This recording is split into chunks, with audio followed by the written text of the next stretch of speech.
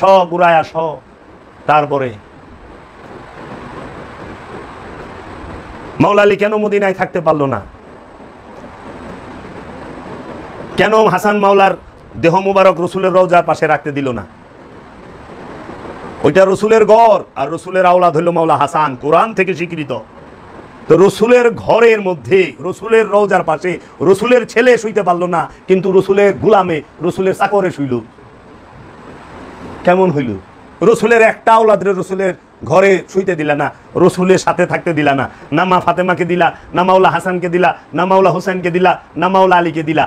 একজন ব্যক্তিকেও, রসুলের একটা আওলাদকেও তোমরা রসুলের সাথে থাকতে দিলা না, কিন্তু তোমরা গোলামেরা, চাকরেরা তারা রসুলের সাথে রইলা। মাওলা হাসানকে রাখতে গেছিল, তীরের বৃষ্টি হয়েছে, তীরের বৃষ্টি হয়েছে, রক্তাক্ত হয়ে গেছিল দেহ, পরে জান্নাতুল বাকিতে নিছে। কি অজ্ঞাত কারণ ছিল? রসুলের ঘর, রসুলের রওজাটা হলো রসুলের ঘর, এই সবার ঘরে। তো ওই ঘরের মালিক, ওই ঘরের ওয়ারিশ তো রসুলের আওলাদরা, ওইখানে তো রসুলের আওলাদরা থাকবে, পাক পাঞ্জাতন ওইখানে থাকবে, আহলে বাইত ওইখানে থাকবে। রসুলের বিছানায় গোলামের হওয়া হারাম। এর লেগে আবু বকর সিদ্দিকরে হিজরতের সময় রসুল সাথে নিয়ে গেছে, আর বিছানায় মাওলা আলীরে শোয়াইছে। রসুলের কাঁধে গোলামের চড়া হারাম। এর লেগে আবু বকর উমররা সবাই ছিল, তাকে দেয় নাই। কিন্তু কি করছে? মাওলা আলীকে কাঁধে নিছে, আলী আমার কাঁধে উঠাও, মূর্তিটা ভাঙো। রসুলের কাঁধে মাওলা হাসান উঠছে, মাওলা হুসাইন উঠছে, রসুলের কাঁধে মাওলা আলী উঠছে, রসুলের বুকে মা ফাতেমা শুইছে, রসুলের কলিজার টুকরা মা ফাতেমা, রসুলের বিছানায় মাওলা আলী শুইছে, রসুলের সাথে হেরা পর্বতে মাওলা আলী গেছে, রসুলের সাথে খাইবারে মাওলা আলী, উহুদে মাওলা আলী, বদরে মাওলা আলী, রসুলের পতাকা মাওলা আলীর হাতে, রসুলের জুলফিকার মাওলা আলীর হাতে। সেই মাওলা আলী, সেই মা ফাতেমা, সেই মাওলা হাসান, সেই মাওলা হুসাইন একজনও রসুলের রওজার পাশে, রসুলের পাশে শুইতে পারলো না। আমরা কি একটাবার জানার জন্য জিজ্ঞেস করেছি যে কি অজ্ঞাত কারণ, কি এমন কারণ? বাবা মুসলমান তো হইছি আমরা, জীবনে জিজ্ঞাসি না? রসুলের এক আওলাদের রওজা মাওলা হাসানের জান্নাতুল বাকিতে, আরেক দুই আওলাদের রওজা এই কুফা ইরাকে, আর মা ফাতেমারটা তো নির্দিষ্টই না, রাতে মাত্র 8 জন কি 9 জন ছিল, গভীর রাতে তাকে রাখা হয়েছে। এটা একমাত্র ঘরের মানুষ জানে, কেউ জানে না। আর ওখানে লাগাই দিলে এমন পর্দা করতে, মারার যে করছে সেই কথা কয় না, মাইরা ফালাইছে। এলে মা কেউ দেখবারই দেয় না চেহারা, এবং আমার রওজা যেন কেউ মাটি না দিতে পারে, বঞ্চিত করে থেকে গেছে মায়ের রহমত বরকত থেকে। আর পর্দারি দিয়া ঢেকে দিছে, হাত মোজা পা মোজা পর্দা। হাত মোজা আবিষ্কার করলে সেদিন চায় না, রসুলের যেমন হাত মোজা করতে পাবি, কাপড়ই তো পাওয়া যায় না। হামতুরি সৌদি আরবে কোনো গার্মেন্টস নাই, কাপড় উৎপাদনের ঘরে তাঁত শিল্প নাই। সৌদি আরবরা 2024 সালে অহনো মেয়েরা পরে জিন্স প্যান্ট আর গেঞ্জি, ছেলেরা পরে হাফ প্যান্ট আর পাঞ্জাবি, রুমাল আর পাগড়ি। লেডিস মার্কেট গুলা ঘুরে দেখো মেক্সি পরে আর পেটিকুট পরে। যাও, আমি নিজ চোখে দেখেছি এই 2024 সালে। মানে বাঙালি অনেকে তো আছে পড়ালেখা জানে না, বুঝে না, মানে লেডিস জিন্স প্যান্টের চেন থাকলে বাম দিকে, হারিয়ে এলো বাম ডাইন থেকে থাকে। আবার এটার এইটাও হলো কম। তো এক লোক ওই যে হারেজ মার্কেট থেকে প্যান্ট কিনা লেগেছে ডিউটির লেগে, হ্যাঁ লেডিস মেয়েগো ফ্যান, মেয়েগো ফ্যান কিনতে যখন কাম করা গেছে, কি ফ্যান কিনছি এটা না ছোটো, খালি বইতে কষ্ট হয়। দূর তুই মেয়েগো ফ্যান কিনে আনছাস, কারণ মেয়েদের প্যান্টে এইখানে ফুল থাকে, এখান দেয় ডিজাইন থাকে, এই থাকে। মূর্খ দলে বুঝে না তো তফাৎটা কি কইবেন বাবা, কিচ্ছু করার নাই। এর লেগে হেরা উন্নতি মানে এমন গাঙ্গের মতো মনে করে না, যে জান্নাতে অবস্থান করে জান্নাতি, ওইটার নিচ দিয়ে নহর বয়ে যেতেছে। সেই নহরটা কি আল্লাহর ওলিদের দর্শনে বলে, সেই নহরটা সেটা হলো প্রশান্তি এবং এই জ্ঞানের চলমান রহমান যে গতি প্রবাহ। জান্নাতি দেধার সে বলতে আছে, দেখতে আছে, শুনতে আছে, তার দেহার মধ্যে লিমিটেশন নাই, বলার মধ্যে লিমিটেশন নাই, তার খাবারের মধ্যে লিমিটেশন নাই, তার সুখের মধ্যে লিমিটেশন নাই, কোন আনলিমিটেড, আনলিমিটেড। এই জন্য বাবা আমরা যেন ওলি আল্লাহকে এবং আল্লাহর রসুলকে শ্রদ্ধা এবং আল্লাহ রসুলের আওলাদকে শ্রদ্ধা ভক্তি করতে পারি। বাবা গো, যে যত আল্লাহ রসুলকে, আল্লাহ রসুলের বংশকে আর এই অলি আল্লাহ গো শ্রদ্ধা করবো, যে জাতি যত, সেই জাতির উন্নতি কেউ ঠেকায় রাখা পারবো না, সেই জাতির উজ্জ্বলই কেউ ঠেকায় রাখতে পারবো না। আর যখন তোমরা এই রসুলকে, এই নবীকে, এই নবীর বংশকে, রসুলের বংশকে আর আল্লাহর অলিদেরকে অবজ্ঞা করবা, নির্যাতন করবা, অপমান করবা, ছোট করে কথা বলবা, তোমাদের উপরে অভিশাপ ছাড়া আর দারিদ্রতা ছাড়া কিচ্ছু থাকবো না। এজন্য দেখো অন্য অন্য ধর্মের অনুসারীরা তাদের যারা নাকি নবী, তাদের যারা নাকি অবতার, তাদেরকে কত শ্রদ্ধা ভক্তি করে, জ্ঞান বিজ্ঞানে তারা কত উন্নত, আর তোমরা খালি নবীর মিলাদ পড়া, শিরিক না বিদাত না জায়েজ, কোরআনে দলিল কই, হাদিসে দলিল কই, কিয়াম করা যাবে না যাবে না, বিদাত না, মারামারি, আতে হেনে বানবা না হেনে বানবা না, সেইরা দেও, এই লিয়া গুতাগুতি, দাড়ি আছে না নাই, এই লিয়া গুতাগুতি। দেখো তোমার অবস্থা কোথায়? সায়েন্স টেকনোলজির মধ্যে জিরো মুসলমানরা, জিরো জিরো। সারা বিশ্বে মুসলমানের কোনো সায়েন্স টেকনোলজি নাই। এখন সারা বিশ্বের মধ্যে একটু ভালো অবস্থানে দুইটা রাষ্ট্র আছে, এক হলো মালয়েশিয়া, দুই হলো ইরান, সায়েন্স টেকনোলজিতে। তারপর আবার ইরানরে আমরা মারানের লেগে আমরা জায়গা দিই, আরবরা আমেরিকারে, আমরা মালয়েশিয়ার মতো এরকম একটা ইয়েরে। আমার তো ফতুয়াবাদী শেষ হয় না। এর জন্য রসুলকে তাজিম করো, রসুলকে ইজ্জত করো। দেখো সিয়াসুন্নি আমি বুঝি না, ওহাবি আমি বুঝি না, আমি বুঝি একটাই, যে রসুলকে তাজিম করে, যে রসুলকে ইজ্জত করে, আল্লাহর ওলিদেরকে সম্মান করে, সে আমার ভাই, সে আমার ভাই। আমি যেন আল্লাহর ওলিদের কদমেই জীবনটা দিতে পারি, তাদের সেবা, তাদের ইয়ে পাকপাঞ্জাতন আহলে বাইতের, আমার কলিজার টুকরা আমার মা সৈয়দাতুন্নেসা মা ফাতেমা। হ্যাঁ, এই জীবনটা ভরা চোখের জল জোড়াই। মা একটা নজর যেন তোমার দিদার পাই, একটা নজর, এক নজর কাফি হ্যাঁ উমর ভর কে লিয়ে, একটা নজর। যার দরজার সামনে আল্লাহর হাবিব যা দাঁড়ায় থাকতো, যার দরজা আল্লাহর হাবিবের জন্য আরশ মহল্লার দরজা খুলে গেছে, মা ফাতেমার দরজা যা খাড়ায় থাকতো আল্লাহর হাবিব, আল্লাহর হাবিব মা ফাতেমাকে নয়ন বইরা দেখতো। আর সেই মা ফাতেমাকেই আমরা এইরকম করলাম কেন? আল্লাহ রসুলকে ইজ্জত করো, রসুলের বংশকে দেখো, মুসলমানের পুরা নাই আবার পাইবা। যখন মানুষ ইজ্জত করছে তখন কিন্তু উন্নত ছিল। কারবালার পরে যখন রসুলের বংশকে হত্যা কইরা বাজারে বাজারে ঘুরাইছে, আল্লাহ রসুলের রহমত থেকে মুসলমান বঞ্চিত হয়েছে। এই নামের মুসলমানগুলা বঞ্চিত হয়েছে, সারা পৃথিবীতে মুসলমান বেজ্জিত হয়েছে, এখনো হচ্ছে। আমাগো বাইতে আমাগো মারে, মারলো না? আমাগো বাড়িতে আয়া আরবে বয়া ফিলিস্তিনরে মারে, আরবের ভূখণ্ড দখল করে হেরা ইসরায়েল বানায়। কাজেই না, এর জন্য মজলুমের দোয়া রব্বুল আলামিন একদিন না একদিন কবুল করবো। তখন দেখবা খেলা কারে। সব সময় ক্ষমতা থাকে না, জুয়ান কি সব সময় থাকে না।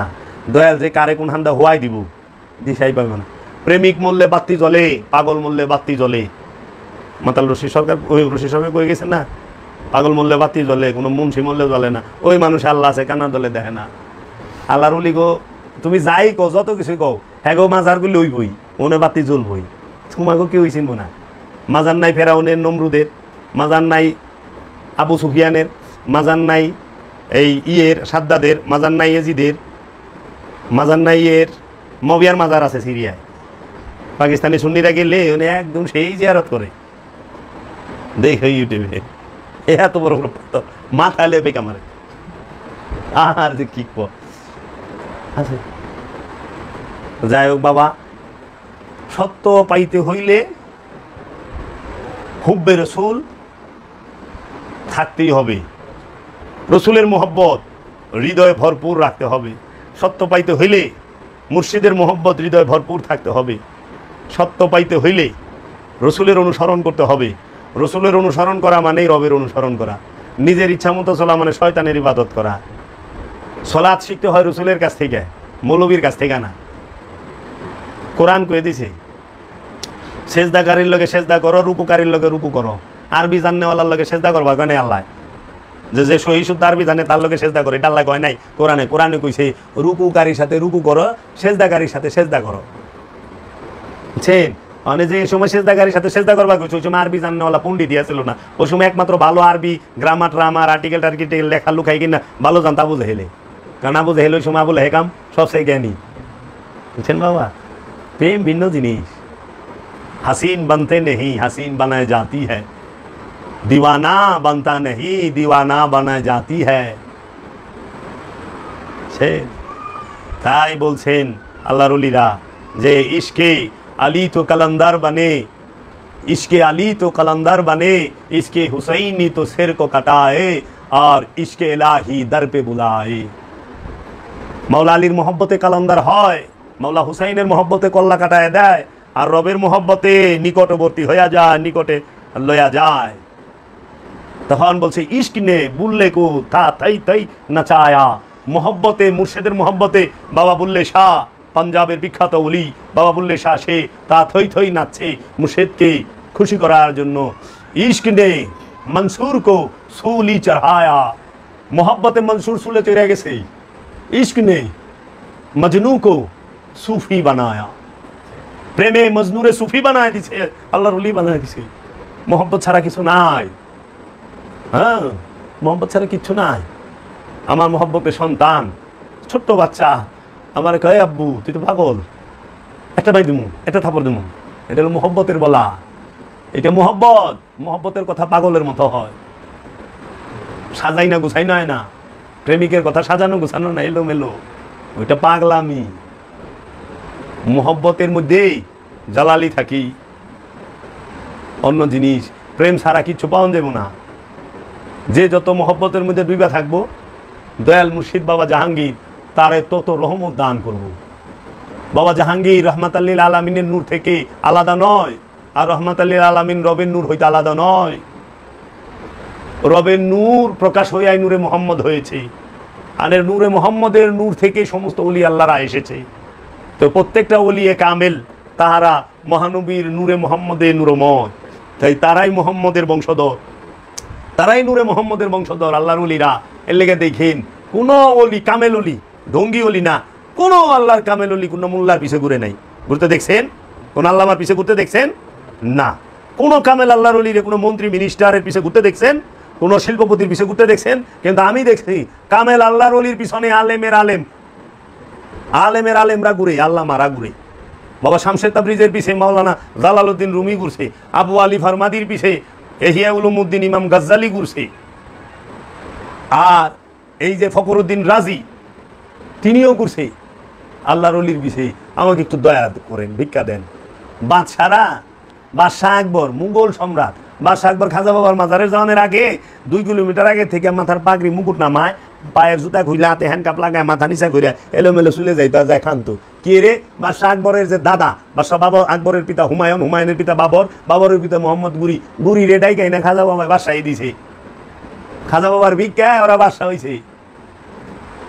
আল্লাহর কামেল ওলির কাছে আপনার মতো জমিদার শিল্পপতি পয়সালার চাইরানা দাম নাই।